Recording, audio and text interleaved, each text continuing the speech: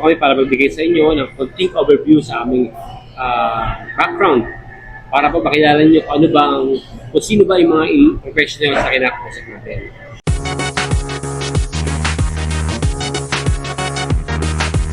So to start with, ako po si Angel Alicia. Bali, nag-work po ako 15 years sa Dubai, handling project management of a big real estate mogul ng India named Lokhandwala Builders. So from contractor selection, coordinations with the contractor and with the consultant, being the client side, lahat po ang aking trabaho is from A to Z.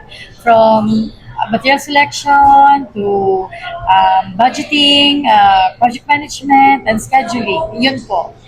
Well, sa akin naman, as an architect, nag-start po ako as an interior designer sa Bruce Henderson at na-promote po ako as a project coordinator ng aming consultancy company kung saan kami po gumagawa ng mga high-rise towers under Bruce Henderson na sa Said Company o BHNS.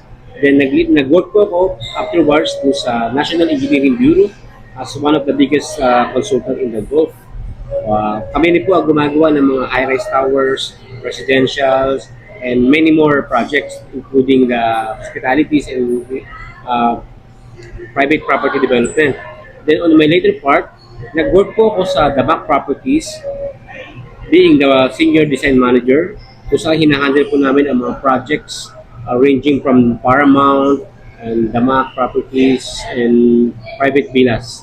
So, dito po, nag-work tayo as a consultant kung saan po tayo po yung nag-handle ng mga multi-billion projects.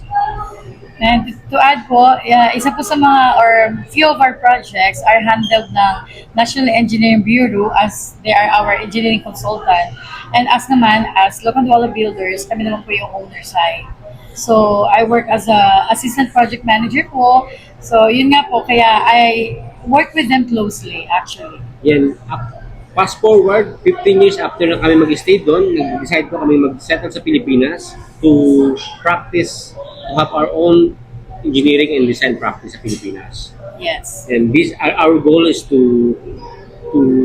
apply kung anong mga natutunan natin doon para po ma-improve natin at makatulong tayo sa mga kapwa natin Pilipino. Kaya kung makikita niyo po sa lahat po ng projects namin, whether it's only a residential, we're using the technology we used in Dubai, like using steel I-beam for the columns with the beams, steel decking, all are in metal frames. Kasi we do believe that wood is good, but it is expensive and hindi po siya anti-proof and it won't last long. Yes, kung makapasin ninyo po, gumagamit kami ng mga fast-paced methodology para mabilis sa construction.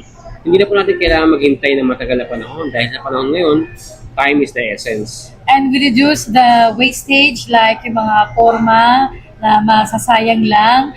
Instead of nilalagay na po namin yung sa mismong structure by applying the stronger materials, new innovations and new technology materials. Ang ibig niya po sabihin, imbis na itatapon na po yung mga forma, mga scaffolding. We use the steel decking. We don't use that anymore and we use the advanced materials like steel decking, mga metal systems para po wala ng tapon. Na incorporate na sa structure mo yung strength. And at the same time, No wastage. yung advantage po niya, yung tensile advantage properties niya, is nagagamit ka po sa marataas na bagay, para sa gusali, wind-resistant structure, earthquake proof para sa ating mga bahay na laging dinadaanan ng lindol.